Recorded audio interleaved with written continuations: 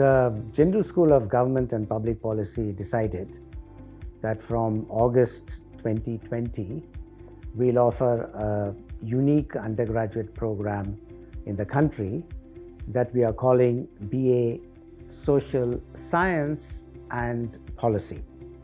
Now, there are some special features of this program that students interested in taking it ought to know.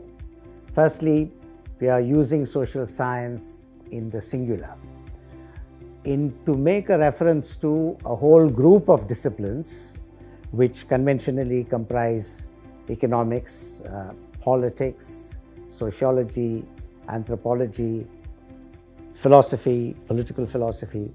These are regarded as the social sciences. They have to do with the study of human beings and their relationship to society.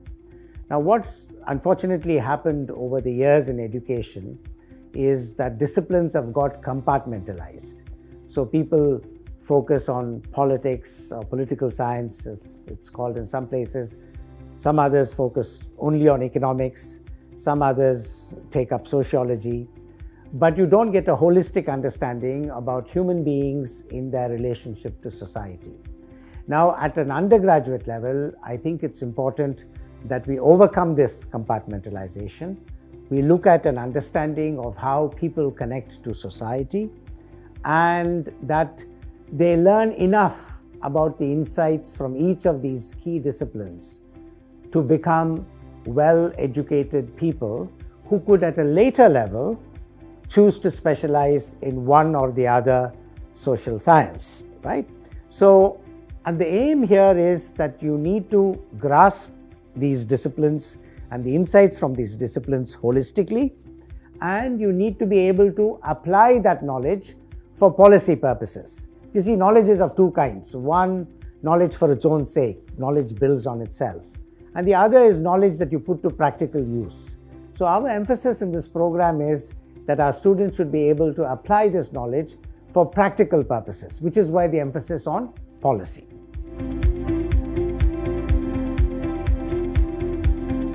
In the School of Government and Public Policy, we are privileged to have, along with the rest of the university, an excellent faculty-student ratio. In this school, it's even better than in the other schools. It's about 1 faculty to 8 students. So what that means is that we are able to pay individual attention to each individual student, not to push a student to reach a level of mathematics, say, which the student is not comfortable, but to pace it so that the student can understand and do well. Because one of the problems in education is that if you treat a whole mass of students as one lot and you expect them all to reach a certain standard of competence, they may not all do so. And those who take a little more time may be frustrated. Not that they are not competent, but it's simply that they need a little more time to understand certain concepts and ideas. So because of our excellent ratio of teachers to students, we are able to pay a lot of attention to each individual student. That's one feature. The other is that this is a faculty that comprises of those who've had experience in the real world, making policy. For instance, I worked for 8 years in the Ford Foundation, which was a grant-giving philanthropy, and for 22 years in the United Nations Development Program, working on governance and policy in about 25 countries across the world, most of them in the Asia region. So when I take a class, I bring into my lectures insights and learnings that I've got from practical experience. We also have outstanding faculty who are at the cutting edge of their disciplines. They are doing work that is taking the discipline forward. So it's not that you are learning something out of some old textbook.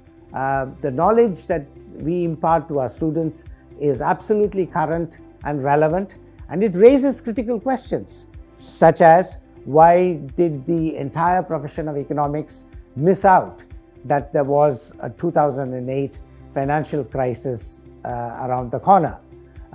Questions of that kind. which go to some very fundamental queries about, are the basic assumptions of economics as a discipline warranted? Should we change it? How should the pedagogy be conducted? These are all current issues and questions which are very much alive in this school.